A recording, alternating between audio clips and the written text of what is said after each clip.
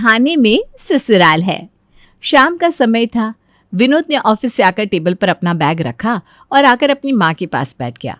विनोद के बैठने के तकरीबन 15 मिनट बाद जब सुनीता देवी हाथ में माला लेकर राम राम करती रही तो विनोद बोल पड़ा। अरे माँ, आज बड़ी लंबी माला फेर रही हो।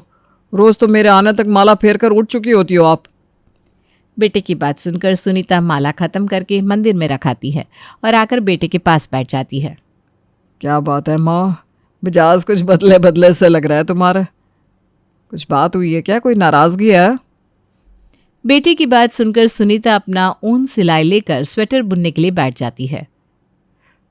अरे शांति, एक कप चाय तो पिला दो जरा। जी अभी लाई। माँ, खाने में क्या बनवाया है आज? बेटे के इतना कहते ही मानो सुनीता के अंदर अभी तक उबल रहा ज्वालामुखी एकदम से फट पड़ता है। अरे मुझसे क्या पूछ रहा है? जाकर अपनी बीवी से पूछना। जिसको देखो चला आता है मेरे पास, खाने में क्या है, खाने में क्या है। अरे तुम्हारी बीवियां क्या मुझसे पूछकर बनाती है जो मैं बताऊं खाने में क्या है? मां, नाराज क्यों हो रही हो? ऐसा भी क्या हो गया तुम्हें? नहीं पता तो सीधे सीधे बोलो ना, मैं शांति से पूछ लेता हूं। विनोद उठकर रसोई में जाता है। क्या बात है शांति, ये माँ का पारा हाई क्यों है? आज किसी भी बात का सीधा जवाब नहीं दे रही। मैंने बस इतना ही पूछा कि आज खाने में क्या बनवाया है तो बस फट पड़ी मेरे ऊपर। अब आप ही देख लो। आप लोग तो हमेशा यही कहते हो ना कि हम लोग बड़े बूढ़ों का सम्मान नहीं करते, इसीलिए माँ जी गुस्से में तमतमाई रहती हैं। अब आप ही बताओ, आपने कुछ कहा था उनसे जो आपके ऊपर राशन पानी लेकर चढ़ गई? किसी ने कुछ नहीं कहा उनसे। माँ जी की आदत हो गई है 24 घंटे घर में कलेश का माहौल बनाकर रखने की। अरे इतने साल हो गए हमारी शादी को, दिन में 3 वक्त खाना बनता है। अब क्या पूरा दिन माँ जी के सामने खड़ी होकर यही रट लगाते रहे कि खाने में क्या बनेगा? जो सब्जी घर में रहती है उठाकर बना देते हैं हम लोग। आप ही बताओ, इसमें मुंह फुलाने जैसी क्या बात है? अरे बाबा, जब तुम्हें पता है कि माँ इस बात से नाराज रहती है तो तुम खुश नहीं कर सकती उनको? क्या चला जाएगा अगर उनसे पूछकर खाना बना लोगी तो? आप तो ऐसे कह रहे हैं जैसे इस घर में रोज मैं अपनी पसंद का खाना बनाती हूँ। अरे आप ही बताओ कि आज तक कभी ऐसा हुआ है कि आपकी माँ ने किसी चीज़ की फरमाइश की और हम दोनों ने उन्हें बनाकर ना खिलाया हो? बहू की किए हुए हर काम में कमी निकालने की आदत हो गई है आपकी मम्मी की। ऑफिस से घर आता हूँ कि घर आकर माँ और बीवी से 2 मीठी बातें करूँगा, सुकून के कुछ पल बिताऊंगा, लेकिन घर का अखाड़ा बनाकर रखते हो तुम लोग। समझ में नहीं आता, थोड़ा सा मिलजुल कर रहने में तुम सबको समस्या क्या है? घर में सुख शांति अच्छी नहीं लगती क्या? हाँ तो पतिदेव, माँ के सामने से तो आप गूंगे बैल की तरह उठकर रसोई में चले आए। ये प्रवचन थोड़ा सा अपनी माता श्री को भी सुनाना चाहिए था ना। पूरा दिन काम करो, ऊपर से सबके नखरे सुनो सो अलग। माँ और पत्नी से बातें सुनने के बाद विनोद बेचारा ठगा सा अपने कमरे में पहुंच जाता है। अब मुझे समझ में आ रहा है कि ऐसा क्यों कहते हैं कि एक म्यान में 2 तलवारें नहीं रह सकती। जिसने भी कहा है बिल्कुल ठीक कहा है। थोड़ी देर बाद सुनीता का छोटा बेटा विशाल भी ऑफिस से घर आता है। माँ, बड़े जोरों की भूख लग रही है, खाने में क्या बनवाया आज? आज ना कुछ मसालेदार सा खाने को मिल जाए तो मज़ा ही आ जाए। हाँ, आ गए एक और शहजादे मेरे जले पर नमक छिड़कने के लिए। अरे भाई, मसालेदार बना है या मीठा, ये जाकर अपनी बीवियों से पूछा करो। खाना तो वही बनाती है ना। माँ के हाथ में नहीं है अब घर की सत्ता। माँ तो कब का रिटायरमेंट लेकर हरी नाम जप रही है। हम तो खुद तुम्हारी बीवियों के रहमो करम पर चल रहे हैं। अब इस घर में क्या बनेगा, कब बनेगा, ये बात तुम दोनों भाइयों की पत्नियां तय करती हैं। खबरदार जो आगे से किसी ने भी मुझसे पूछा कि खाने में क्या है।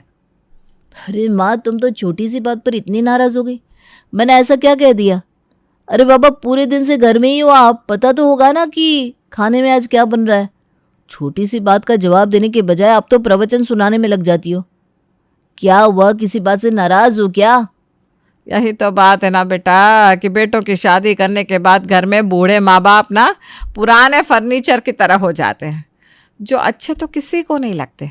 लेकिन क्या करें, उन्हें उठाकर बाहर भी नहीं फेंक सकते, इसलिए जीवन भर मजबूरी में झेलना पड़ता है। बैठक में रख दो तो बैठक की शोभा बिगड़ जाती है। हर कोई इस कमरे से उस कमरे ठेलता रहता है बस। अरे विशाल, रहने दे। आज माँ का मूड बहुत बिगड़ा हुआ है। बिना बात तू माँ का शिकार हो जाएगा। अभी थोड़ी देर पहले मैंने भी माँ से यही प्रवचन सुना है, अब आकर तूने छेड़ दिया। अगले दिन, विशाल, नाश्ता टेबल पर लगा दिया है, जल्दी जाकर नाश्ता कर लो वरना आज फिर ऑफिस के लिए लेट हो जाओगे। छोटी बहू नाश्ता टेबल पर लगाकर नहाने के लिए अपने कमरे में चली जाती है। विशाल डाइनिंग टेबल पर बैठते हुए पूछता है, अरे माँ, आज क्या है टिफिन में? तुम्हारी बीवी ने जो बनाया होगा वही होगा ना टिफिन में। वो मुझसे पूछ कर बनाती है क्या? है? बार बार ये बात मुझे मत पूछा करो, बिना बात मेरा पारा गर्म हो जाता है। तभी विशाल के पिताजी भी नाश्ता करने के लिए टेबल पर आकर बैठ जाते हैं। अरे भाग्यवान, सुबह सुबह दुनिया आराम का नाम लेती है और तुम सुबह सुबह लाल पीली हो रही हो। क्या हो गया, हमें भी तो पता चले। जाने दीजिए ना पिताजी, कुछ नहीं, बस ऐसी। अरे भाई, आज क्या स्पेशल बनवा दिया तुमने नाश्ते में? अरे पापा, आपने फिर छेड़ दिया माँ को। अब माँ फिर से वही रिपीट टेलीकास्ट सुनाना शुरू कर देंगी। मैं तो भाई ऑफिस के लिए निकल रहा हूँ, फिर से वही बात सुनने का मूड मेरा कतई नहीं है। क्यों भाई, ऐसा क्या गलत पूछ लिया मैंने जो तुम्हारा टैप रिकॉर्डर चालू हो जाएगा? ऐसा करो, अपनी बहू को बुलाओ और उसी से पूछो नाश्ते में, लंच में, डिनर में क्या बना है। ये बेमतलब के सवाल मुझसे मत पूछा करो शाम के समय। बड़ी बहू भाई, क्या बात है, तुम्हारी सास बड़ी नाराज रहती है तुम दोनों से। तुम दोनों सही से ख्याल नहीं रख रही क्या उसका? अरे बाबूजी, आप ही बताइए, आपका या माँ जी का मान सम्मान करने में हम कोई कमी छोड़ते हैं क्या? पता नहीं क्यों माँ जी हमेशा खफाई रहती हैं, हर छोटी छोटी बात पर ताने मारती रहती हैं। इसलिए हमने तो अब माँ जी के तानों और जली फूकी बातों की तरफ ध्यान देना ही बंद कर दिया है। देखो बेटा, तुम्हारे इस तरह अपनी सास की बातों की तरफ ध्यान ना देने से समस्या का समाधान नहीं होने वाला। तुम दोनों को थोड़ा ध्यान तो रखना ही पड़ेगा ना। देखो, वो हमेशा इसी बात के लिए परेशान रहती है कि तुम दोनों कोई भी काम उनसे पूछ कर नहीं करती। तो तुम दोनों का आखिर क्या बिगड़ जाएगा अगर तुम घर में कुछ भी बनाने से पहले एक बार अपनी सास से पूछ लोगी। देखो बेटा, एक उम्र के बाद ना बूढ़ा इंसान बच्चों के समान हो जाता है, उसके अंदर भी बच्चों की तरह ही जिद पैदा हो जाती है। अब बच्चों की जिद को तो सिर्फ उनकी बात मानकर ही पूरा किया जा सकता है, वरना वो अपनी जगह से टस से मस भी नहीं होते, ये तो तुम जानती होगी। ससुर जी से प्रवचन सुनने के बाद अब तो दोनों बहू बिल्कुल परेशान हो गई थी। देख रही हैं भाभी आप, बाबूजी भी माँ जी की साइड ले रहे हैं। अरे इतने साल हो गए हमारी शादी को, अब क्या हर छोटी छोटी बात के लिए हम माँ जी से ही परमिशन लेते रहे? बस छोटी, मिल गया सोल्यूशन। अब हमें यही करना पड़ेगा। माँ जी को बहुत शौक है ना कि घर का हर काम उनकी पसंद से हो, पत्ता भी हिले तो उनकी मर्जी से हिले। तो ठीक है, अब से हम हर काम माँ जी को बताकर ही करेंगे। कैसी बात करी हो भाभी आप, दिन भर में 10 काम करने होते हैं, अब हम क्या पूरा दिन माँ जी के दरवाजे पर खड़े रहेंगे पूछने के लिए? हाँ, तो उसमें दिक्कत क्या है? माँ जी को भी तो पता चलना चाहिए ना, जब हर काम पूछ कर किया जाता है तो कैसा महसूस होता है। क्या मेरी प्यारी छोटी, समझ गई ना कि और समझाओ? समझ गई, आप क्या कहना चाह रही हैं। बात तो आपकी एकदम ठीक है। अब लग रहा है बर्तन को गर्म करना पड़ेगा, तभी घी पिघलेगा, क्योंकि उंगली टेढ़ी करने से तो कुछ फायदा हो ही नहीं रहा। अगले दिन सुबह 5 बजे, माँ जी उठिए। ऐसे कौन सी आफत आ गई जो इतना सुबह सुबह उठा रही है मुझे? माँ जी दरवाज़ा खोलो ना, ये कोई सोने का समय थोड़ी ना है। आपको पता है मुझे सुबह सुबह नाश्ता बनाना होता है, बच्चों को स्कूल भेजना है, जेठ जी को और बच्चों के पापा को भी ऑफिस जाना है। कितना काम है मेरे पास और आप बातों में टाइम वेस्ट कर रही हैं। दरवाज़ा खोलिए। अरे महारानी, तुझे बहुत काम है तो जाकर करना अपने काम, मेरा दरवाज़ा बजाकर मुझे क्यों डिस्टर्ब कर रही है? अब तो क्या चाह रही है? सबके लिए तुझे टिफ़िन बनाना है तो टिफ़िन मैं बनाऊँ है? नहीं नहीं माँ जी, मेरे रहते हुए आप टिफ़िन क्यों बनाएंगी भला? टिफ़िन तो मैं ही बनाऊंगी, लेकिन टिफ़िन में क्या बनेगा ये तो आप ही बताएंगी ना। तो आप बताइए आज टिफ़िन में क्या बना दूँ? अरे भाई, सूरज आज कहाँ से उदय हो गया जो तुम मुझसे पूछने आ गई कि आज लंच में क्या बनेगा? माँ जी, आप फिर बातों में टाइम वेस्ट करने लगी। मैंने आपको बताया ना मेरे पास बहुत काम है। जल्दी जल्दी बताइए आज खाने में क्या बनेगा। चल, अब तू पूछने आई है ना तो ऐसा कर, घिया के कोफ्ते बना ले, बहुत दिन से खाया भी नहीं, और मुझे ना वैसे भी घिया के कोफ्ते बहुत पसंद है। अब जा अपना काम कर और मुझे आराम करने दे। तुझे पता है ना मुझे रात में बहुत देर से नींद आती है, नींद पूरी नहीं होगी तो बिना बात तबीयत खराब हो जाएगी मेरी। हाँ माँ जी, मुझे पता है, आप आराम से सो जाइए, कोई दिक्कत नहीं है।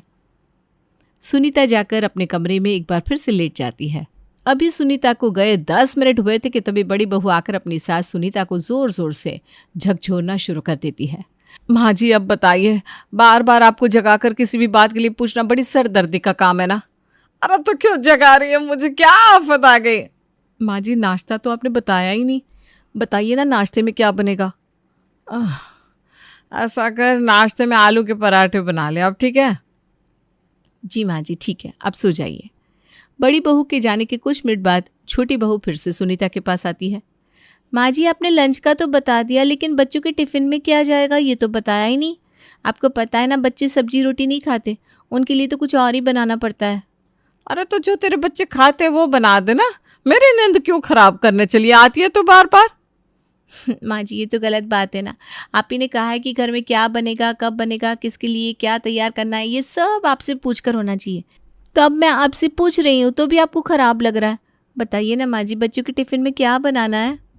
अरे मेरी माँ, जब आलू के पराठे बना रही है तो वही पराठे बच्चों के टिफिन में रख दे, उनके लिए कुछ अलग से क्यों बनाना है? वाह माँ जी वाह, मानना पड़ेगा आपके दिमाग को, आप तो वाकई जीनियस हो, ये तो मैंने सोचा ही नहीं था।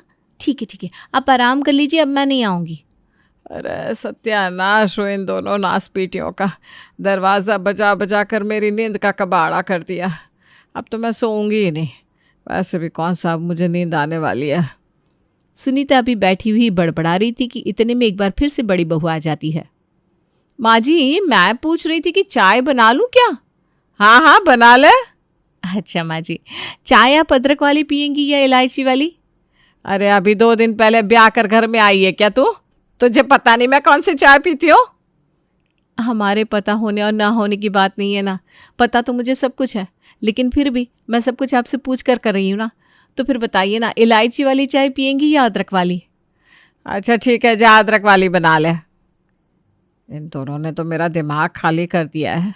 अब बस इतना ही पूछना रह गया है कि माँ जी सांस ले या फिर रोक कर रखें। पगलेट कहीं की, थोड़ा सा अपना दिमाग भी तो लगा सकती है। कुछ देर बाद सुनीता चाय पीने के लिए बाहर हॉल में आकर बैठ जाती है। माँ जी ये लीजिए आपकी चाय, वो मुन्ना को दूध देना था ना, दे दूँ क्या। अरे तो आपके बच्चों को दूध भी मुझसे पूछ कर देगी। वो तो ठीक है माँ जी, लेकिन पूरी बात तो सुनिए। मुन्ना को दूध में चॉकलेट पाउडर डालकर दूँ या बादाम पाउडर। अरे कम बुद्धि, जिसे दूध पीना है उसकी पसंद पूछ ले, मुझसे क्यों पूछ रही है? माँ जी ये गलत बात है ना, फिर आप ही गुस्सा हो जाती है कि हम लोग आपसे पूछकर कोई काम नहीं करते। अब हम आपको इतना आदर सम्मान दे रहे हैं तो भी आप सुबह से हमें चिड़चिड़ाकर उल्टे जवाब दे रही हैं। ये तो फिर वही बात हो गई ना, चित भी अपनी और पट भी अपनी। अरे सब समझती हूँ मैं, दोनों जानबूझकर परेशान कर रही हो मुझे। इन लोगों को मैं चैन से बैठकर चाय पीती हुई अच्छी थोड़ी ना लग रही हूँ। हाँ, और 2-2 मिनट में कुछ ना कुछ पूछने के लिए मेरे सर पर आकर खड़ी हो जाती हैं।